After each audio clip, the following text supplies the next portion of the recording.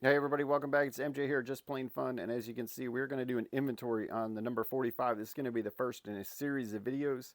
I'm going to do these in shorter segments so that you can eat them a snack at a time as opposed to trying to eat an entire meal. But there's a little preview of what's to come. I'm going to cover the evolution of the 45 in the next volume. But for now, let's do an inventory. This is my user number 45 right here, and it is as complete as I know a 45 can be. And this is the highest evolution of this species as far as I'm concerned. It's got this micro adjust fence, and this is the one that you want to use if you're going to be a serious power user of the number 45 combination plane. Let's say you're out at the flea market, you're out at the antique mall, you come across a 45, you're wondering if it's complete. The best thing you can do is Google illustrated parts breakdown for the number 45 or parts breakdown number 45. Chances are you're going to come up with this graphic right here, and it's got all of the major components for the number 45, and you can just go right down the list and compare.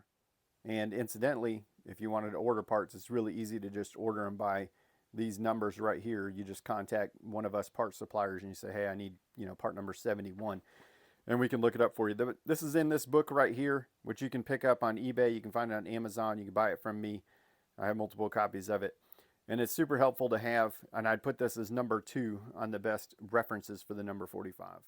As far as completeness goes, this is a sweetheart era, so a 1920s era number 45. This is the pasteboard box that it would have come in. This is the lid, and as you can see, it's been taped together.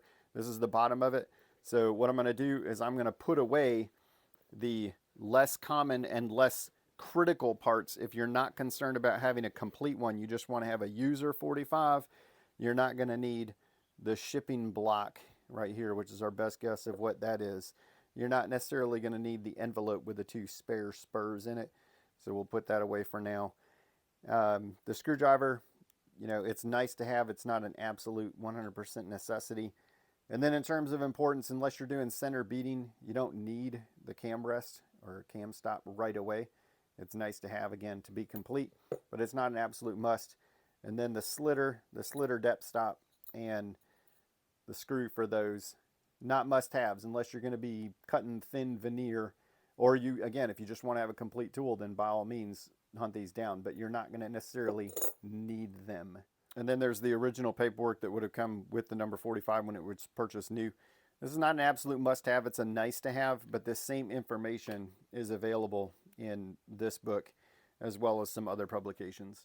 And if we're really, really trimming away all the fat, you don't technically have to have the short rods. Really, my intention here is to both do an inventory, show you what everything looks like, but then also identify the parts that are most important to have in order to have a functional number 45.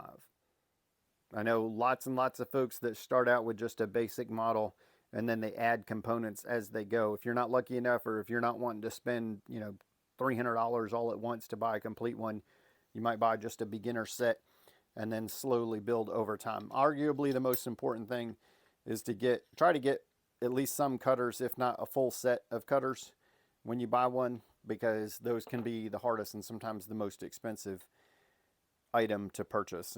What you don't want to do is you don't want to spend $150 on an incomplete 45 where it's just the body and the cutters are not included, and then you go on eBay and you find out that they want another $100, $125 or more for a set of cutters. And as you can see, I've put the long rods in, and I put the center skate on. So main body, center skate is what most folks refer to it as, and then the fence. And this is the micro adjust fence, which is why this is a superior design, which I'll go over later, probably in another video.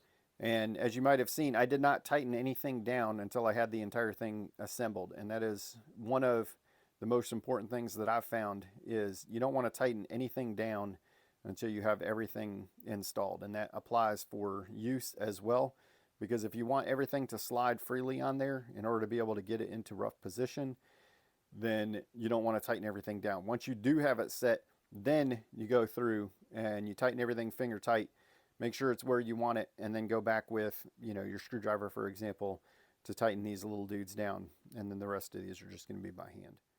And the reason why I bring that up is because one of the big complaints about a number 45 is people say that they're too difficult to use or they're a pain in the tail to set up.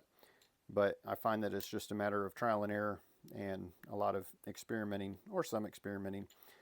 So this is where your small depth stop is going to go right here. And this is, to me, in my experience, the most important depth stop out of the entire set. And that's the one that you want to have even if you don't have any others. This is also the same place where the beading depth stop is going to go. So if you are specifically doing beading work, then of course you're going to install your beading stop in the same place. And that is just, or those are just 2 of a total of 4 depth stops that you'll have with the plane. On some configurations, you'll actually just install the beading depth stop and not have the fence installed. And those are all those configurations are covered in the paperwork that comes with it, as well as the paperwork that you can find online. As far as the other 2 depth stops, remember I said there are a total of 4. It's going to be this captive depth stop that goes on the right side right here.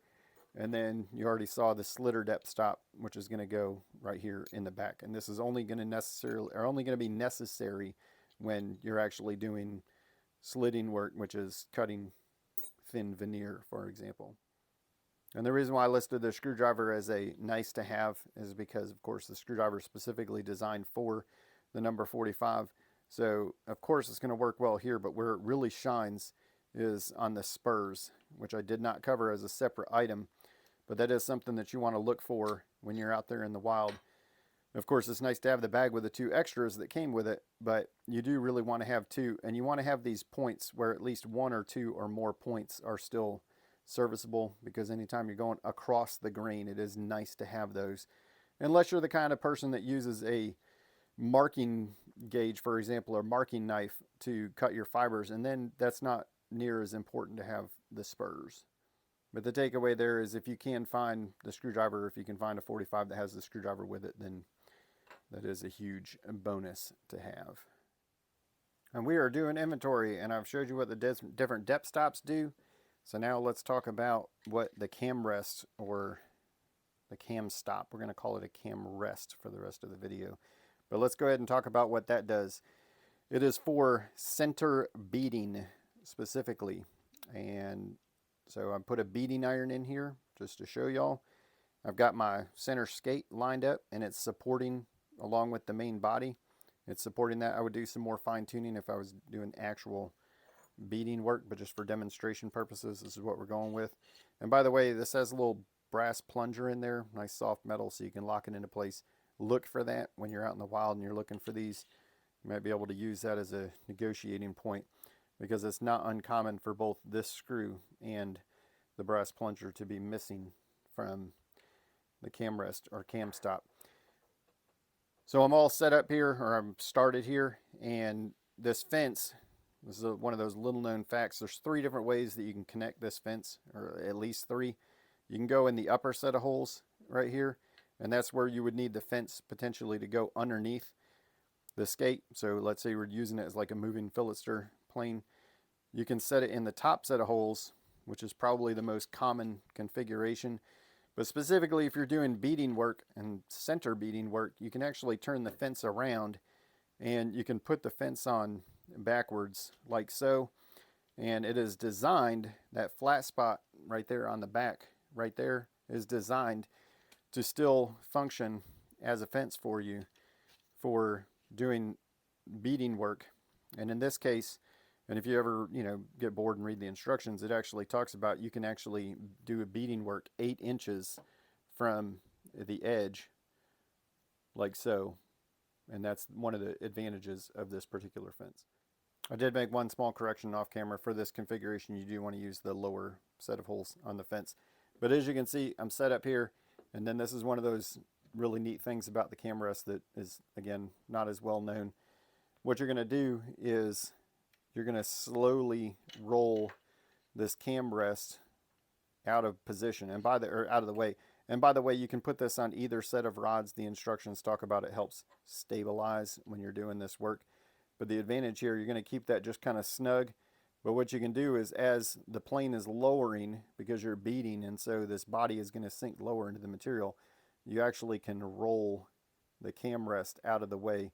And you can see the way that it's shaped there. It's going to actually roll up until it's completely out of the way as the plane moves down. So you're going to make a few strokes in order to cut your bead, and then roll this down a little bit, so on and so forth, until you reach the desired depth. And by the way, you're going to use this particular depth stop for that purpose. You can use both, so you could use your beading gauge on this side, but it's really not necessary because you have these other supports here.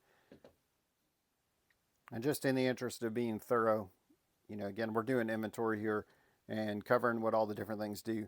The slitter, you're going to sharpen all 4 sides of this right there separately. You're going to get that thing super, super sharp.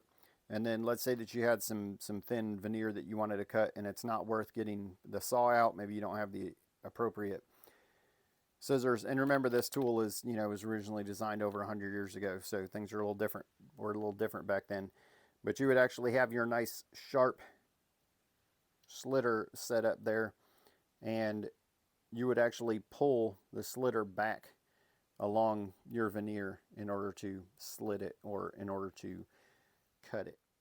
On second thought, maybe I will demonstrate, just because I've been all over YouTube and I have yet to see someone demonstrate this. Maybe it's out there and I just haven't seen it yet, but I've watched a lot of videos on the 45 and I have yet to see this, and so I'm going to demonstrate it just in case you have not seen it either.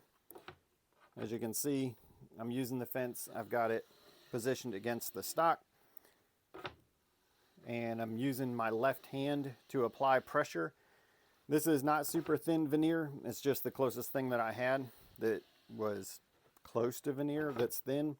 And really, I just want to show you kind of in principle how it works. You can see a nice line right there. And if this was, say, a 1/16 of an inch wide or less, like veneer would be, then that is going to slice right through it. And of course, I would need my slitter to be nice and sharp in order to be able to do that. But you take my point, you can see how easy it is. And there's a close-up view, so you can kind of see the quality of the cut. And again, if that was a little bit thinner, that would just slice right through it. The last major thing that I haven't talked about are the cutters, or the irons, the blades, if you will.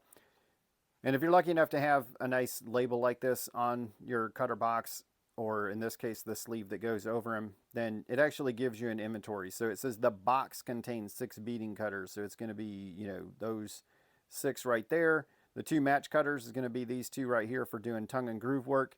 The 1 sash cutter, so window sash, is going to be number 1. And then 11 plow and dado cutters, because ideally you're supposed to be able to cut plows or use it as a plow plane or as a dado plane, although I prefer a 46 myself. And then the number 21, it says, which is the smallest beading cutter or iron, and number 8, which is the slitter that counts as a cutter or an iron, are installed on the plane. So when you purchase it, those are already going to be on the plane. Even back then, it was considered to be, you know, what we would think of today as a plug and play, where you would take it out of the box, put it together, and presumably go to work. Ooh, correction, I did kind of gloss over the Slitter cutter, which is going to be this big guy right here, the number 9. So remember, you would put this one on, and then you can put the fence underneath it in order to control the width of the cut there. Other than that, the last thing is going to be the Stanley 45 combination plane book. This is written by David Heckel, and he talks at the beginning of it about the genesis of the number 45 type study. I do highly encourage you to pick up a copy of this if you are a number 45, or if you anticipate becoming a number 45 enthusiast, because this is going to help you type your number 45. It's going to help you identify, you know, what the different things are supposed to look like. It's even got a price guide in there. I do have a couple of copies of this as of the filming of this YouTube video. So if you are interested, reach out to me. As of this filming, I also have a few copies of this one as well, if you're interested. And as always, I really appreciate everybody tuning in. I appreciate y'all watching, and look for Volume 2 coming sometime soon to a YouTube screen near you. Questions, comments, challenges, anything of that nature, always welcome. Whether you drop a comment here on YouTube or come visit me over at Facebook, Just Plain Fun, the Parts Division. Look forward to hearing from y'all, and thanks so much for watching.